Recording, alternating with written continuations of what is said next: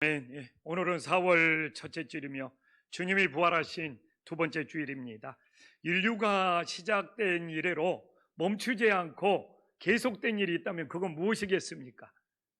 오늘 바로 본문에 나오는 바로 이 전쟁이 인류가 시작된 이래로 멈추지 아니하고 지금까지 계속되고 있습니다. 사실 오늘날 지금도 세계 두 채에는 전쟁이 멈추지 않고 계속되고 있습니다.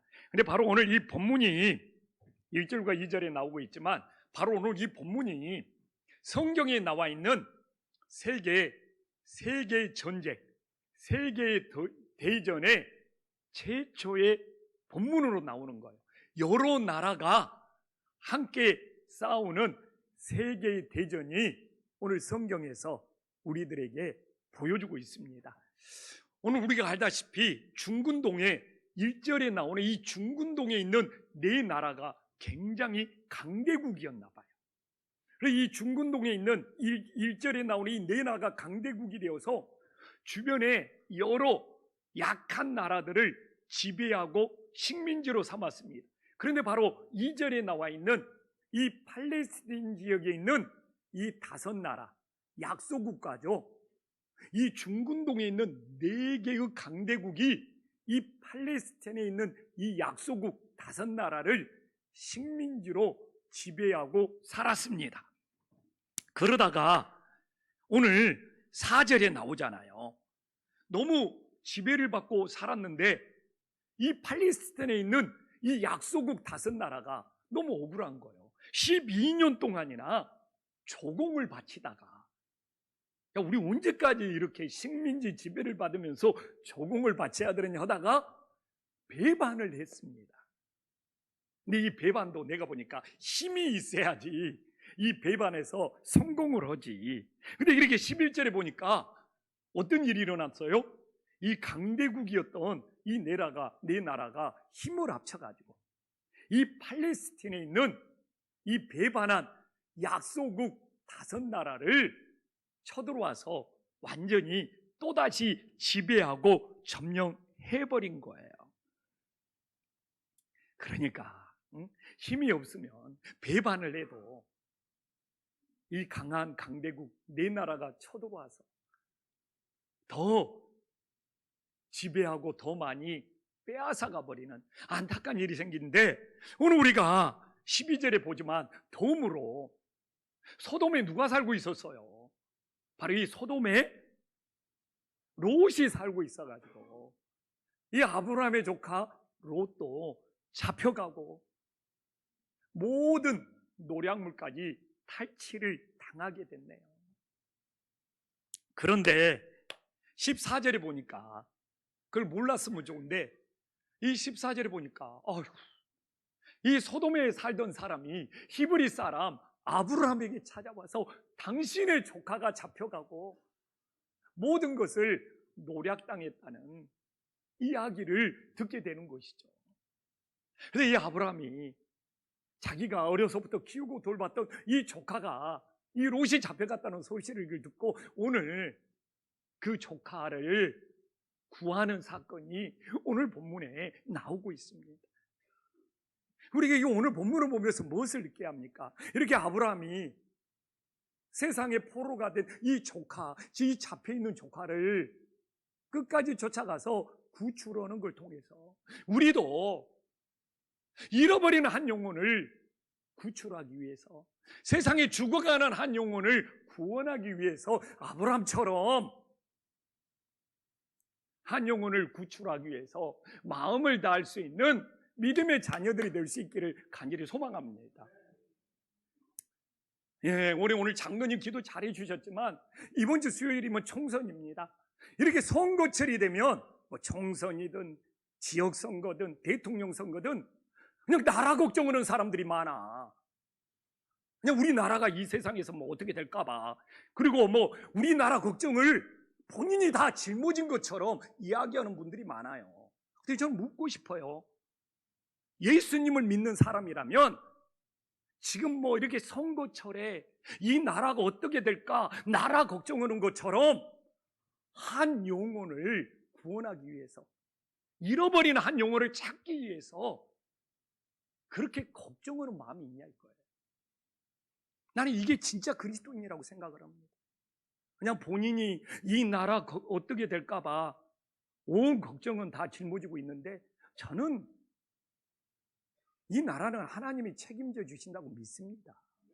근데 그냥 본인이 이 나라 어떻게 될까 봐 온 걱정은 다 하는데, 그만큼 그것도 그분이 하시는 거니까 잃어버린 한 영혼을 구원하기 위해서, 예배를 안 드리는 내 자녀를 위해서 그렇게 나라를 걱정하듯이 걱정하는 마음이 있는지 진지하게 선거철만 되면 묻고 싶어요. 우리는 하나님의 자녀입니다. 나라 걱정도 해야 되지만 정말 이 나라가 하나님이 지켜주심을 믿고, 우리는 아브라함이 이 조카 롯 한 영혼을 구원하는 일이 쉬웠겠습니까? 그러나 끝까지 추적해서 그 한 영혼을 구원하듯이 우리가 진짜 하나님의 영혼이라면 한 영혼을 살리고 한 영혼을 구원하는 일에 마음을 다할 수 있기를 간절히 소망합니다. 저는 젊었을 때요, 정말 이 세상이 바뀌어야 되지 않느냐, 이 세상을 바꾸고 싶었어요. 그러나 세상을 바꾸려면 사람이 바뀌지 않으면 안 된다는 거예요. 아무리 이 세상이 변화되고 바뀌어야 된다고 외칠지라도 그 세상에서 살고 있는 사람이 바뀌지 않아요. 그래서 제가 목사의 길을 간 것이죠. 사람이 바뀌어야지 이 세상이 바뀌는. 그런데 다른 사람이 바뀌어야 되는 것이 아니라 먼저 내 자신이 변화되고 바뀌어야지 내 가정이 바뀌고 내 교회가 바뀌고 내 나라가 바뀌는 거예요. 그래서 저는 세상을 바꾸고 싶었는데, 아니다, 사람이 바뀌어야 된다. 근데 이 사람들이 바뀌기 위해서는 제일 먼저 내 자신이 바뀌어야 되는 거예요. 자기 자신이 바뀌지 아니하면서 왜 세상 사람들이 이러냐, 왜 이 나라가 이 모양 이 꼴이냐, 자기 얼굴에 침 뱉는 겁니다. 그래서 저는 오늘 아브라함이 어떻게 그 조카 한 영혼을 구원하기 위해서 끝까지 추적해서 마음을 다했는지를 깨닫고, 우리는 나라 걱정도 해야 되지만 우리가 한 영혼을 살리기 위해서 어떻게 해야 되는지 깨닫고 이 총선을 눈앞에 두고 우리들의 삶에 새길 수 있는 은혜의 시간, 소중한 시간이 될 수 있기를 간절히 소망합니다. 오늘 이 아브라함 조카 롯이 포로로 잡혀갔다는 소식을 아브라함이 들었을 때 우리는 어떤 걸 깨달을 수 있습니까? 제일 먼저 선택이 얼마나 중요한 줄을 깨달을 수 있죠. 이 조카 롯의 이 잘못된 선택이 얼마나 큰 불행을 가져왔는지를 오늘 본문은 우리들에게 보여주고 있어요. 아브라함과 이 조카 롯은 양들이 많아지니까 이 목초지가 부족해서 함께 거할 수가 없어서 헤어질 수밖에 없었죠. 근데 큰아버지였던 이 아브라함은 창세기 13장 9절에 보면 먼저 조카 롯에게 양보를 합니다. 야, 이렇게 믿음의 조상은 달라요. 그래서 어떻게 말합니까? 내가 좌하면 나는 우하고 내가 우하면 나는 좌하리라 선택권을 양보합니다. 고대 근동에서 이렇게 연장자가 선택권을 양보하는 경우는 없거든요. 그러나 조카에게 과감히 선택권을 양보를 합니다. 그러면 창세기 13장 12절에 보면 이 조카 롯은 아버지가 일찍 죽었잖아요. 그래서 어려서부터 큰아버지가 키워줬거든요. 그러면 아유, 큰아버지가 나를 키워줬는데 당연히 큰아버지가 먼저 선택권을 해야죠 라고 하지 않고 진짜 자기 안목의 정욕으로 자기 눈에 보기에 가장 좋은 소돔 땅을 선택하여 들어갔습니다. 그래서 오늘 12절에 그 결과가 나오죠. 어떤 결과가 나옵니까? 12절에 어떤 결과가 나오죠? 모든 것을 빼앗겨 버릴 뿐만 아니라 자기 자신이 포로로 잡혀갔습니다. 이 모든 것이 선택의 결과입니다. 그리고 오늘 이 12절을 보면서 이 12절에 롯의 잘못된 선택으로 전쟁의 포로가 되어서 모든 걸 잃어버렸으면 이게 사인이 되고 경고가 되어서 소돔 땅을 떠나야 돼요. 그러나 끝까지 소돔 땅에 집착하면서 살다가 어떻게 되는 거예요? 불심판을 받아서 자신의 아내는 소금기둥이 되고 정말 그 가정이 비극을 맞이하는 사건이 되는 것이죠. 그래서 오늘도 우리들에게 최고의 선택은 주님과 함께 예배하는 것이 됨을 믿으시기를 간절히 소망합니다. 선택을 잘못했을 때 우리 인생은 멸망의 길, 심판의 길로 간다는 것을 오늘 롯의 가정이 너무 잘 보여주고 있고, 우리가 정말 아브라함의 가정처럼 정말 선택을 잘해서 믿음의 가정이 되었을 때 우리 가정이 하나님의 은혜 아래에 머물게 되는 것을 보여주고 있어요. 우리 인생은 끊임없이 선택의 연속입니다. 우리 선택이 어떤 결과를 가져오는지를 다시 한번 깨닫고 정말 인간적으로 육신의 안목으로 롯의 가정처럼 선택하여 그 가정이 멸망받는 것이 아니라 아브라함처럼 믿음의 눈으로 선택하여 든든한 믿음의 가정으로 세워지는 은혜의 역사가 있기를 간절히 소망합니다. 그런데 나 같아도 그럴 것 같아요. 정말 자기가 롯의 아버지가 일찍 죽어서 아브라함에게는 동생이었죠. 자신의 동생이 일찍 죽어서 조카를 어려서부터 키웠단 말이에요. 근데 이 조카가 아브라함을 배신하고 떠난 것이죠. 자기가 육신의 안목으로 좋은 데를 선택하여 먼저 떠나고, 그 소식을 아브라함이 들었을 때 나 같았으면 야, 배은 망덕어지. 내가 그렇게 어려서부터 애지중지 키웠는데 지 욕심 챙겨서 먼저 떠나버렸네.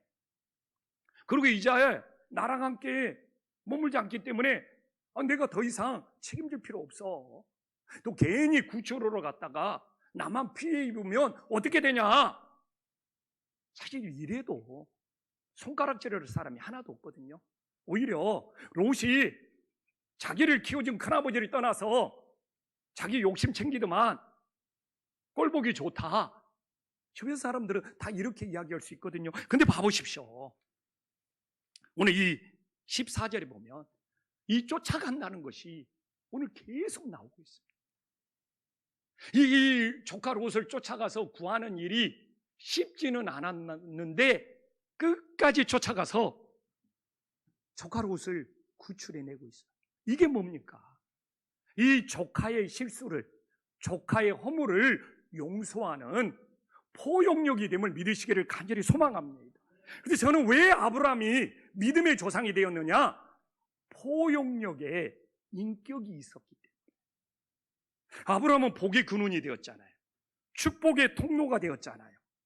포용력이 없는 사람들은 복의 근원, 축복의 통로에 역할을 할 수가 없는 거예요. 그래서 저는 오늘날도 교회는 포용력이 있을 때 누구든지 찾아와서 구원받는 은혜의 역사가 있음을 믿으시기를 간절히 소망합니다. 그래서 어제 제가 당회를 하면서도 우리 장로님들에게 하는 이야기가 교회가 포용력을 잃어버리면 안 돼요. 지금 세상은요, 이 총선의 선거판은 갈라치기입니다. 나는 총선에서 누가 당선되냐 이것보다도 이렇게 이 사회가 갈라치기가 되어서 그 후유증을 어떻게 감당하려고, 지역 간의 갈라치기, 세대 간의 갈라치기, 남녀 간의 갈라치기, 별의별 갈라치기를 다해서 자신의 얄팍한 이득을 채우려고 하는 이 세상의 모습을 보면서 교회가 편승하면 안 되죠. 이 세상의 정치가 갈라치기에 정말 휩쓸려 가고 있는데, 그래서 이 교회가 세상의 정치에 참여한다는 것은 갈라치기에 숟가락을 얹겠다는 겁니다. 교회는 세상과 달라야 돼. 교회는 포용력이 있습니다. 오늘 여기 와서 예배 드리는 사람이 다 똑같은 당을 찍는 사람이 누가 있습니까? 모든 사람의 선택을 존중하면서 교회는 포용력이 있게 누구든지 찾아와서 예수님 안에서 구원받을 수 있는 믿음의 공동체로 세워지는 놀라운 역사가 일어나기를 간절히 소망합니다. 저는 아브라함이 왜 믿음의 조상이 되었느냐? 그렇게 실수한 조카 롯을 그렇게 포용하고 끝까지 찾아가서 이 구출해주는 그 포용력, 그를 믿음의 조상으로 만들었고 복의 근원으로 만들었고 축복의 통로로 만들었다는 거예요. 그래서 세상이 그렇다고 교회가 세상을 쫓아가는 것이 아니라 교회만큼은 세상과 달라서 우리 김포한식교회는 누구든지 나와 생각이 다르고 뜻이 다르더라도 예수님을 믿는다면 주님의 사랑으로 포용할 수 있는 그런 사랑의 공동체, 믿음의 공동체가 될 수 있기를 간절히 소망합니다. 인사 한번 해볼까요? 진짜 포용할 수 있는 마음이 있는지 옆 사람한테 나도 포용 좀 해주세요. 옆 사람한테 인사 한번 해보세요. 이거 안 하는 사람 하기 싫다는 거요. 응? 나 좀 포용 좀 해주세요.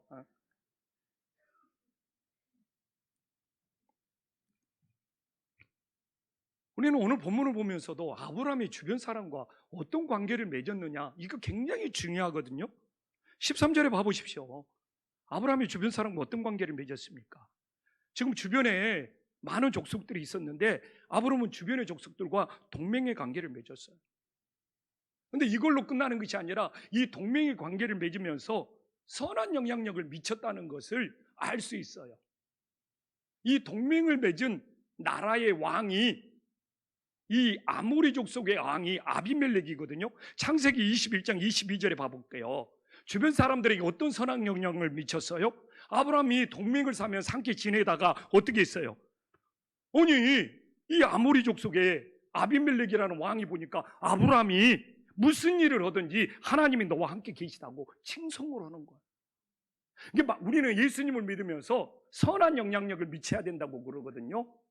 근데 믿음의 조상 복의 근원 아브라함이 지역 사람들에게 어떤 선한 영향력을 미쳤느냐? 아브라함이 하나님과 함께하는 것을 보여주는 거예요. 여기에는 뭐가 담겨져 있습니까? 하나님이 살아계시다는 거예요. 아니 아브라함과 하나님이 함께하고 있다는 것은 하나님이 살아계신다는 거예요. 그래서 저는 그래요. 교회가 이 지역사회에 선한 영향력을 미친다는 것은 무엇이냐? 이 김포한신교회에 하나님이 함께 하신다는 것을 보여줘야 돼. 그 이야기는 뭐냐? 김포한신교회가 하나님의 살아계심을 증거한다는 거예요. 이 조영식 목사가 하나님의 함께 하심을 보여줘야 되는 거예요. 하나님의 살아계심을 증거해야 된다는 거예요. 이게 선한 영향력을 미치는 거예요. 이게 내 자신이 변화되는 거예요.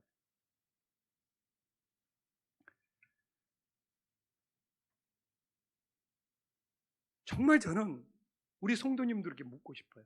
성도님들의 말과 행동이 하나님이 함께 하심을 보여주는 신앙의 인격을 가지고 있는 거예요. 세상 걱정 아무리 한다해도 본인이 하나님이 함께 하시는 신앙의 인격을 보여주지 않는다면 오히려 교회는 세상의 손가락질을 받게 돼 있는 거예요. 내 말투가, 내 행동이, 내 삶이 저분은 하나님이 함께 계시는구나.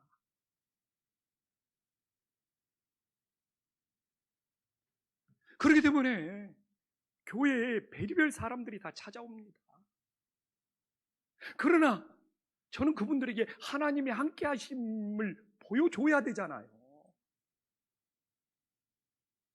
하나님이 함께 하심을 어떤 사람이 김포한신교에 찾아올지라도 하나님의 이 김포한신교회와 함께 하심을 보여주는 것이 선한 영향력을 미치는 것이 되잖아요. 그래서 신앙의 성숙은 뭐냐? 내 말과 행동 속에 하나님이 함께하고 계십니다. 이렇게 아브라함처럼 지역 사람과 동맹을 맺으면서 지역 사람들과 살다 보니까 그 지역의 이웃들이 아브라함은 하나님이 함께 계시는 사람이구나.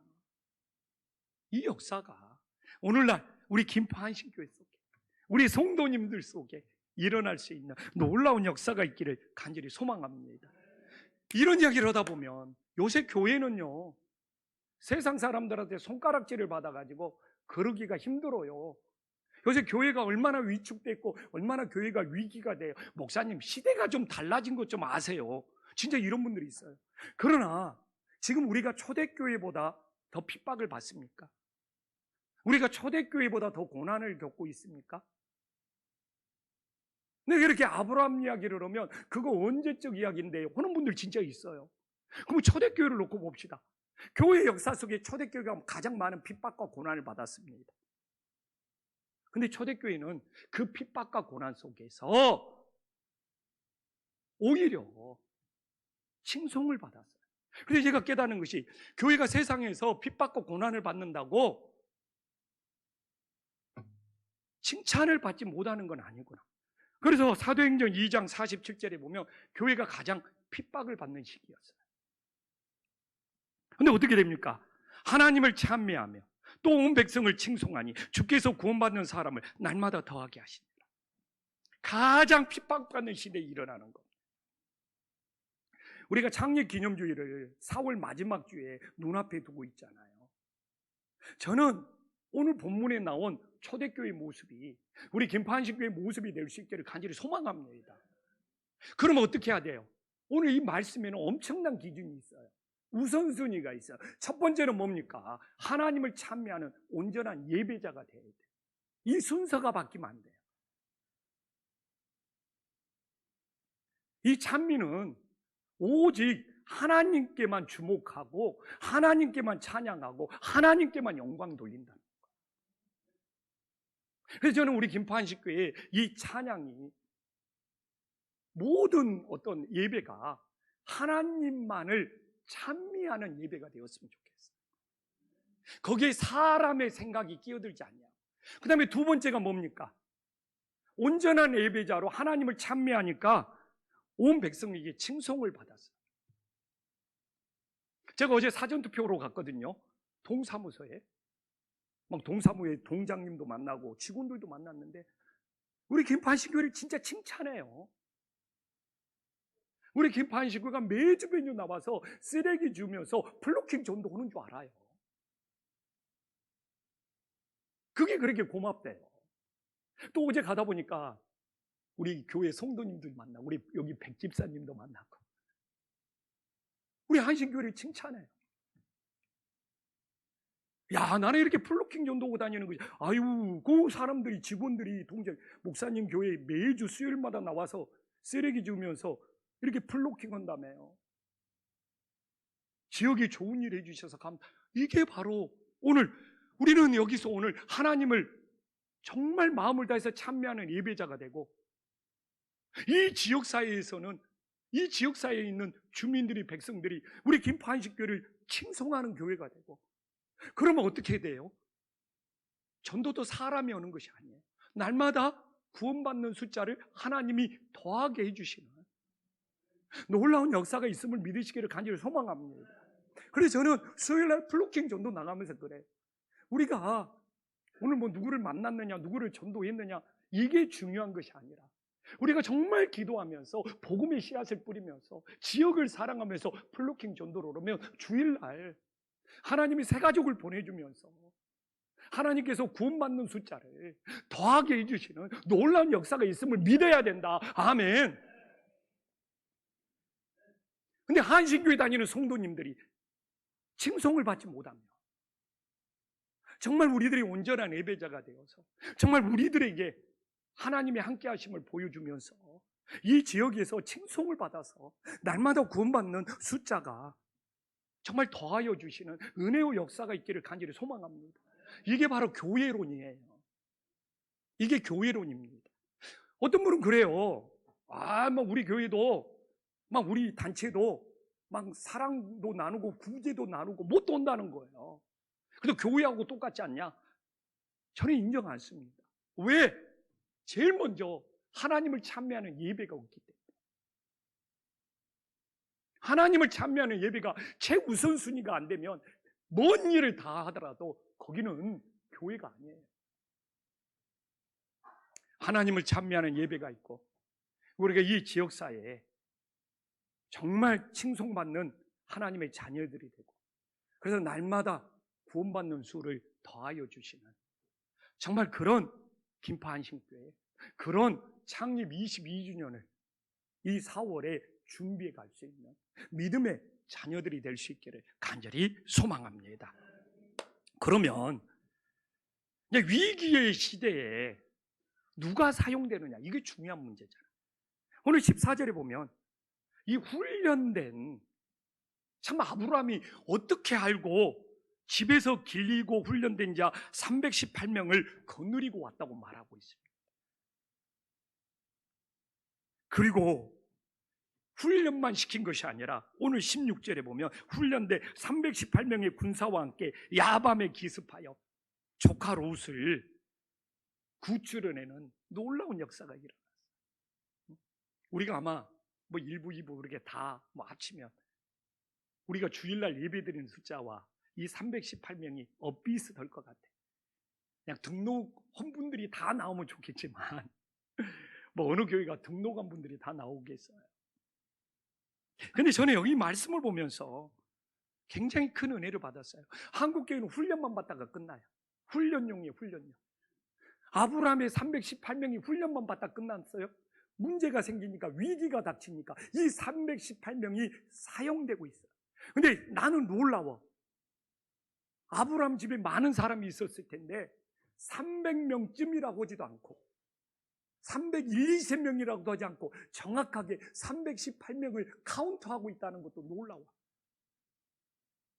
여기 간증 들어보면요, 자기가 훈련받았다는 이야기만 해. 무슨 성경 공부도 하고 크루세이도 하고 제자도 훈련도 받고 못도 받고 뭐 아버지 학교도 오고 못도 하고.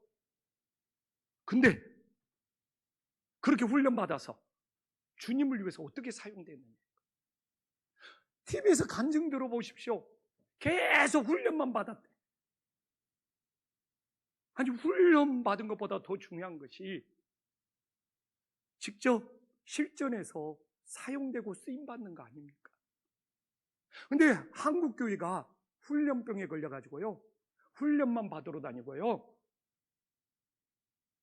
훈련 많이 받은 것이 훈장처럼 달고 다니고요. 근데 실전에는 전혀 쓸모가 없어. 실전에는 전혀 사용되지 못해. 그리고 또 교회 찾아오면 훈련시켜달라고. 근데 또 반대로 성도님들도 스트레스예요. 옮기는 교회마다 훈련받아라고 그러고. 그러면 도대체 언제 현장에서 사용되냐 이거예요. 저는 한국교회가 훈련이 부족해서 힘들고 어려운 것이 아니라 훈련을 위한 훈련, 훈련용의 교육으로 끝나버리기 때문에 세상에 나가서 빛과 소금이 못 되는 거예요. 지금도 한신교회가 훈련이 없습니까? 천천히만만의 말씀. 새벽마다 아침 묵상 나가지. 새벽마다 설교 나가지. 목요일 날은 설교가 정리되어 가지고 목장 교제로 나가지. 한신교회 유튜브 동영상 들어오면 수요예배부터 또 성경 공부를 하고 싶다면 얼마든지 할 수 있는 시대에 살고 있어요. 본인이 마음이 없어서 못하는 것이지. 뭐 교제야 성도들 만나서 나누면 되는 거고. 저는 이제 좀 한신교회가 훈련을 받았으면, 또 한국교회가 성도들이 훈련을 받았으면 좀 주님을 위해서 사용되어야 되지 않나요? 그리고 그게 간증이 되어야지. 들어보십시오. 누가 훈련 많이 받았네, 이거 경쟁하고 있어요. 그게 간증입니까? 근데 또 훈련 많이 받은 것을 부러워해. 아, 저 큰 교회 가야지 훈련 많이 받을 수 있구나. 정말 좀 뭔가 바뀌어야 되지 않습니까? 정말 훈련보다 더 중요한 것이 작은 일일지라도 내가 주님께 이렇게 사용되어 줄 수 있는 것이 이 시대에 진정한 필요한 믿음이라는 것을 우리들이 다시 한번 깨어날 수 있는 은혜의 역사가 있기를 간절히 소망합니다. 근데 왜 훈련받아서 주님께 사용되지 못한 자 압니까? 하나님과 애인의 관계로만 있어요. 신랑 되신 주님의 신부가 되는 것이 아니라. 저는 느껴요. 교회를 옮겨 다니면서, 교회를 찾아다니면서 애인처럼 주님과 주일날 데이트만 하고 정말 딱 가버리는, 정말 헌신된 신부가 되어서 주님을 섬기고 주님을 위해서 굳은 일하는 그런 이 시대에 헌신된 신부를 갈수록 찾아보기 힘든 시대에 살아가고 있는 거예요. 애인의 관계 편하잖아요. 좋은 말만 듣고 선물만 받고, 응? 어디 맛있는 거 먹으러 다니고, 이게 애인의 관계 아닙니까? 그러다 실증 나면 언제든지 헤어질 수 있는 애인의 관계. 그러나 헌신된 부부는 좋은 말만 듣습니까? 서로 바른 말도 해야지. 저는 이 김포한식교에 찾아와서 저에게 바른 말 해준 분들이 제일 고마워요. 이 부부로 살면서 어떻게 좋은 말만 하고 살아요? 부부 사이에 싫은 소리도 올 수 있는 거지. 그걸 잘 소화하고 잘 받아들이는 것이 진정한 부부지.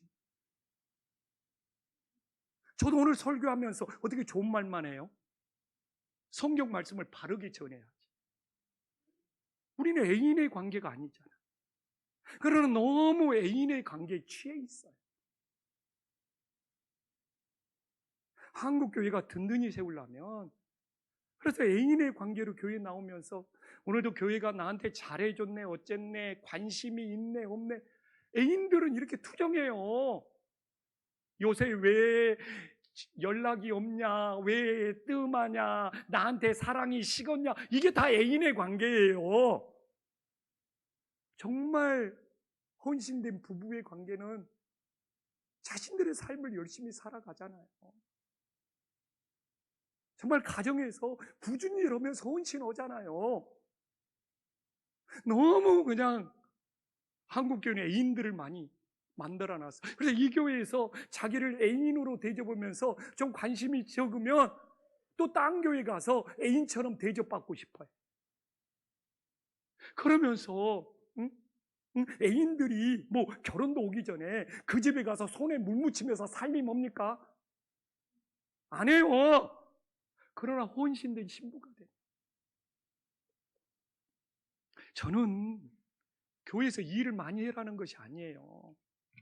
그냥 늘 애인처럼 사랑이 식었네, 사랑이 많네, 적네, 이런 투정 불평 이제는 좀 벗어나서 우리 좀 마음의 모습, 믿음의 모습이라도 나는 주님의 좀 헌신된 신부다, 이 정도는 좀 성숙하고 자라나야 되지 않습니까? 아멘.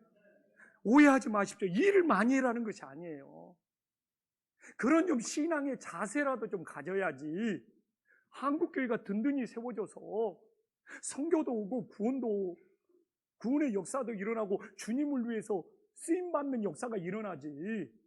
애인들만 잔뜩 모아놓고 한국교회가 무슨 일을 할 수 있겠느냐 이거예요.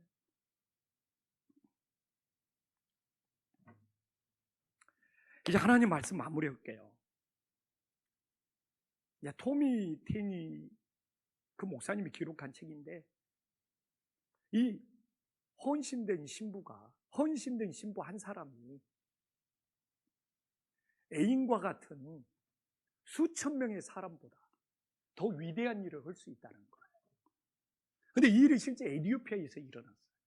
에티오피아가 한동안 공산당이 지배하는 나라였거든요. 근데 이 공산당이 그렇게 기독교를 핍박했습니다. 주일날 예배를 못 드리게 하려고 공산당이 얼마나 온 동네를 수색하면서 주일날 예배를 못 드리게 하는지. 그런데 효과가 없어. 이 에티오피아 내시의 믿음을 물려받은 이 에티오피아 성도들이 끝까지 믿음을 지키면서 주일날 예배를 드려요. 공산당원들이 아무리 핍박해도.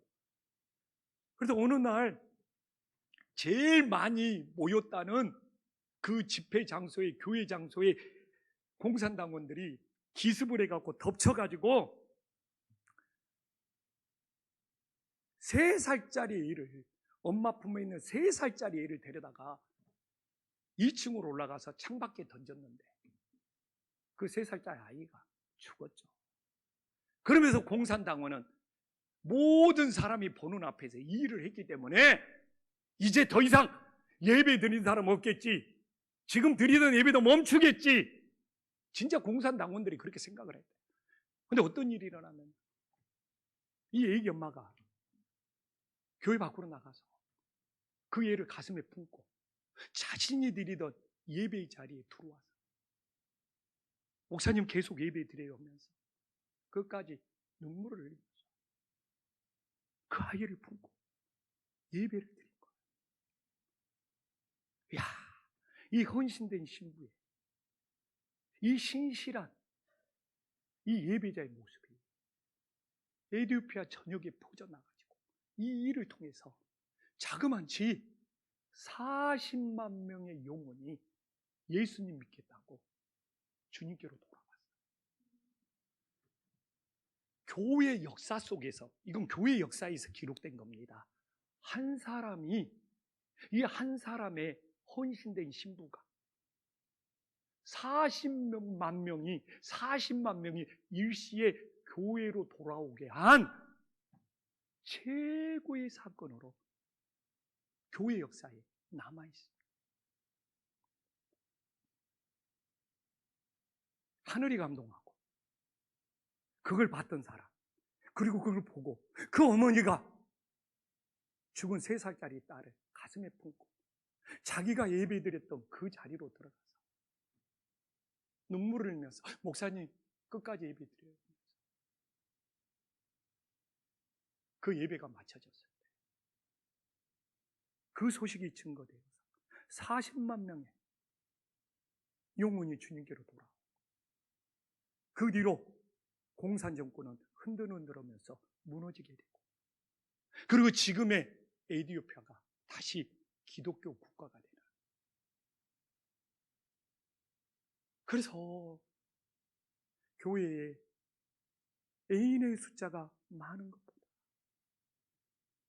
이 헌신된 신부 한 사람이 얼마나 위대한 일을 할 수 있는지를 보여준 최고의 사건이라고 합니다.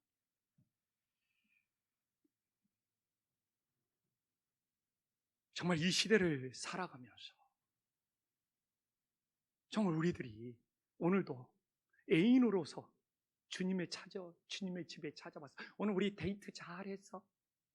자기 만족에 빠져서 돌아가는 것이 아니라 정말 나는 헌신된 신부로서 하나님 앞에 서 있는 예배자인지 기도자인지 우리 자신을 돌아봐. 이 헌신된 이 진정한 신부, 주님의 신부 한 사람, 우리 가정을 변화시키고 우리 교회를 변화시키고 이 민족까지도 변화시킬 수 있는 놀라운 역사가 일어날 수 있기를 간절히 소망합니다.